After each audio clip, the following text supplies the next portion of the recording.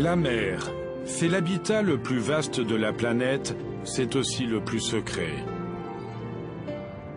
L'océan, c'est important. Nous avons besoin d'étudier la mer pour l'exploiter, pour la découvrir, pour y travailler. Et pour cela, pour la connaître, il faut y aller. Et pour ça, il faut donc des navires océanographiques. Le pourquoi pas sera le futur navire de recherche océanographique. Ce sont les chantiers de l'Atlantique à Saint-Nazaire qui vont relever le défi. 500 techniciens et une quarantaine d'entreprises vont conjuguer leurs compétences pour bâtir le pourquoi pas en quelques mois seulement. Budget prévu, 66 millions d'euros. Les impératifs économiques vont générer une véritable course contre la montre.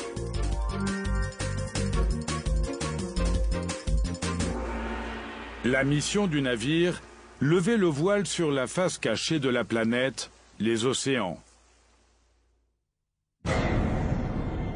Alors qu'on a marché sur la Lune et flirté avec Mars, il reste à explorer les 70% de notre planète recouverts par la mer. Depuis une quarantaine d'années, les satellites nous aident à comprendre. Ils ont contribué à révéler que la mer n'est pas plate. Sa surface reflète les reliefs des profondeurs. Ainsi, la topographie des fonds marins se dessine en conjuguant le regard des satellites et les différentes prospections en mer. Pour en savoir davantage, des mini-sous-marins ont tenté d'explorer cet abîme de mystère.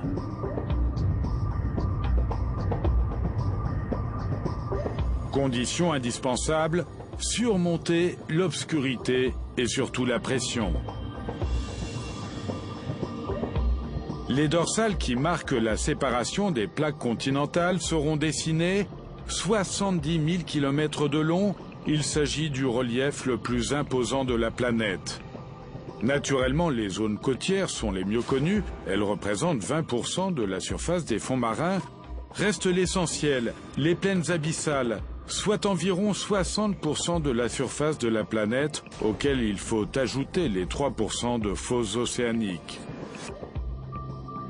Dans cet univers de l'inconnu, l'homme n'a véritablement exploré depuis des engins habités que l'équivalent d'une ville comme Paris, sur plus de 300 millions de kilomètres carrés, tout reste à faire.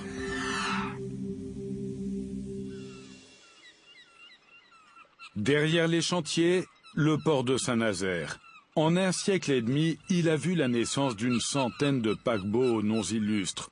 Le Normandie, le France et tout récemment le plus grand navire du monde, le Queen Mary II. Mais aujourd'hui, c'est la recherche océanographique qui mobilise les passions. Une recherche dont les pionniers ont marqué l'histoire. Ici, la Princesse Alice, le navire spécialement conçu pour la découverte océanographique par Albert Ier de Monaco. Nous sommes en 1901 et le prince a soif de connaissances. Explorant les océans, il étudiera les courants ou la salinité des eaux, tout en collectant les animaux les plus étranges.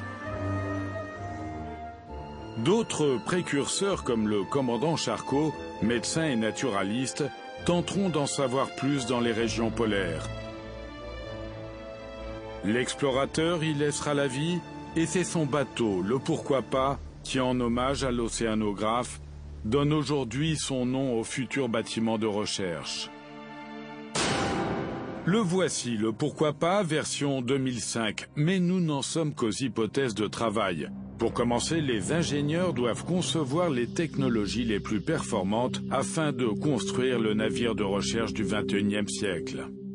Aujourd'hui, on a des outils numériques qui nous permettent de dégrossir énormément le projet.